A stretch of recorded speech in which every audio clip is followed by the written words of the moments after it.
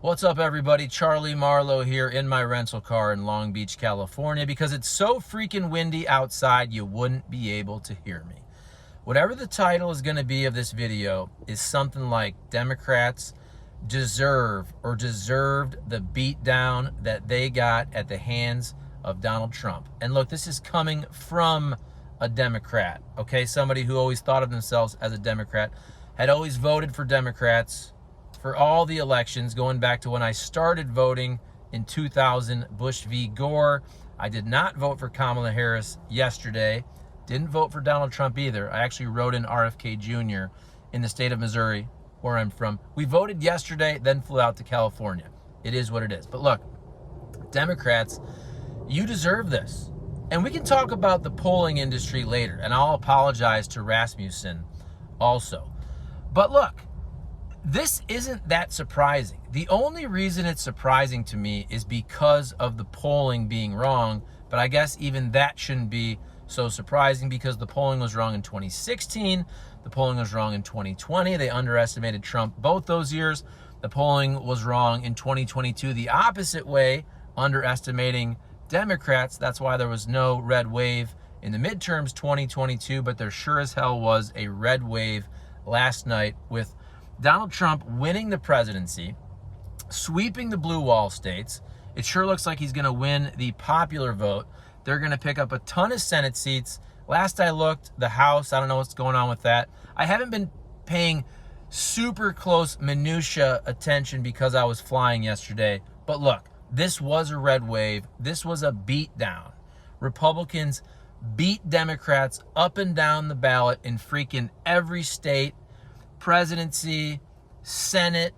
We'll see what happens with the House. And again, it shouldn't be that unexpected if it wasn't for the polling, because look at what the Democrats did. First of all, under Biden and Harris, your immigration policy was just horrendous. Horrendous. Something that was indefensible. As a Democrat, I could no longer defend your policy, and then clearly you could have been doing these things earlier on because you fixed the border and you secured the border this year because it's an election year. And it was very obvious that you could have been doing this the whole time.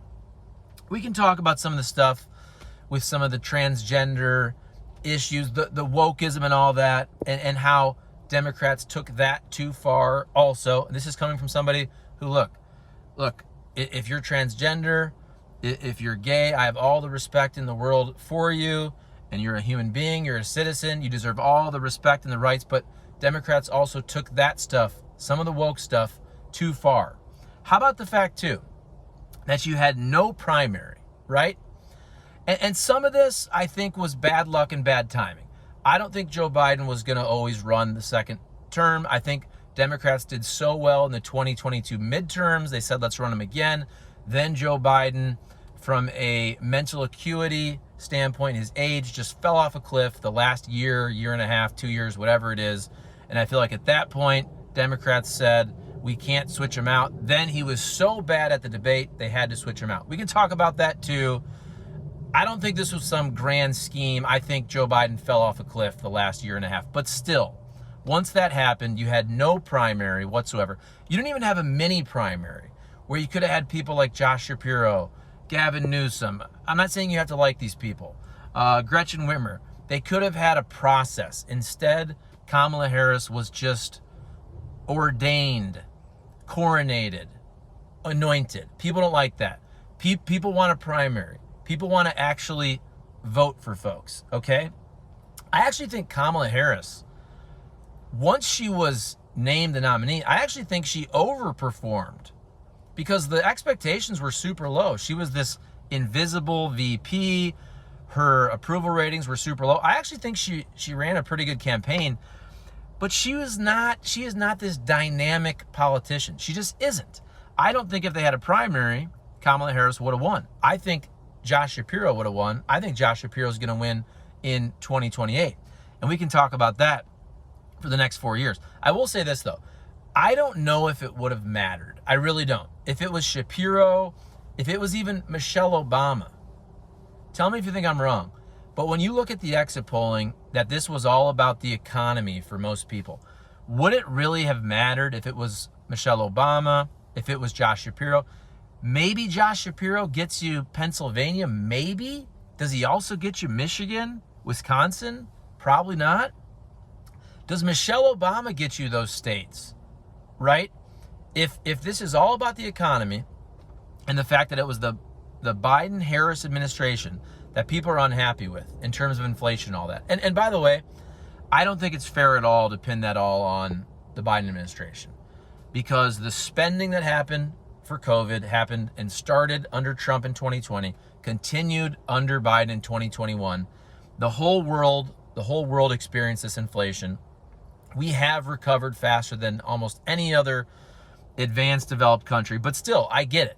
If you want to change and you're looking at your wallet and it's hard to get by, groceries, interest rates are super high, it's hard to be able to buy a house and all that. I totally get wanting to move on from the administration that's in power right now, which is Biden, Harris, obviously Harris running. So that's where I don't know if it would have mattered. You tell me, what do you think? From what I just said, if the economy and prices and spending and inflation, if that was the number one issue for folks across the country, would it have mattered if it was Michelle Obama or Josh Shapiro or Gretchen Whitmer or whoever? I get it. It's not the same administration, because you could pin everything from the Biden administration on Harris, but wouldn't you still pin it on Democrats? Could Michelle Obama or Josh Shapiro come in with a clean slate? Or would you say, hey, it's the same Democrat policies that got us into this mess? So I don't know. Look, we're going to unpack this for the next several weeks, months, for the next 4 years. Also, like this whole thing about podcasts. I don't think Donald Trump and J.D. Vance won because they went on Joe Rogan and Theo Von, although it was very smart to do that. And I think that Kamala Harris should have went on Joe Rogan and Theo Von and all those podcasts. And clearly, young men, Trump did great with young men, whatever the demographic is, 18 to 29 or whatever. Is that because a lot of these guys watch and listen to these podcasts, Joe Rogan and Theo Von and Nelk Boys and all that?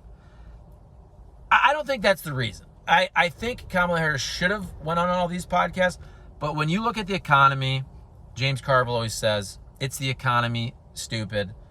I don't know if any Democrat would have been able to win. And if I'm wrong, if you guys disagree, put it in the comments.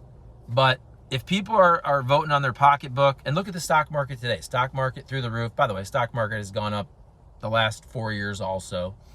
And but it's looking great right now, which is fantastic for the country. And Trump being pro-business and going to cut some regulations and all that.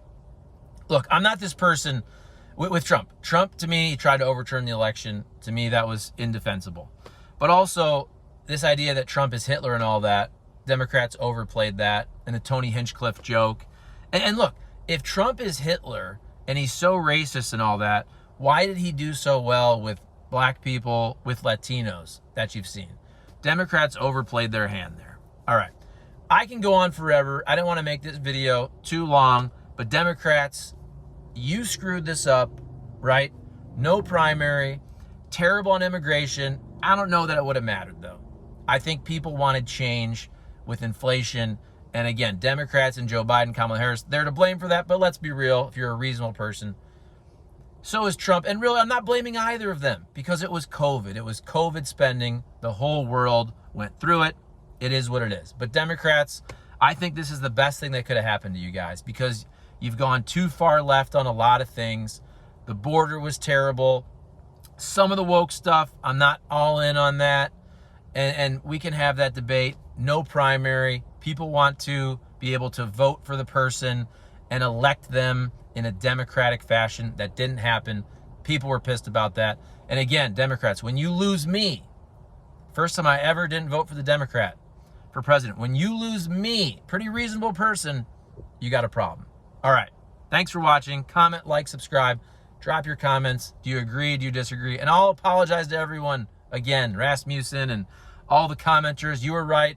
I was wrong. Polls were wrong. It's all good. America's going to be fine. Love you. See ya.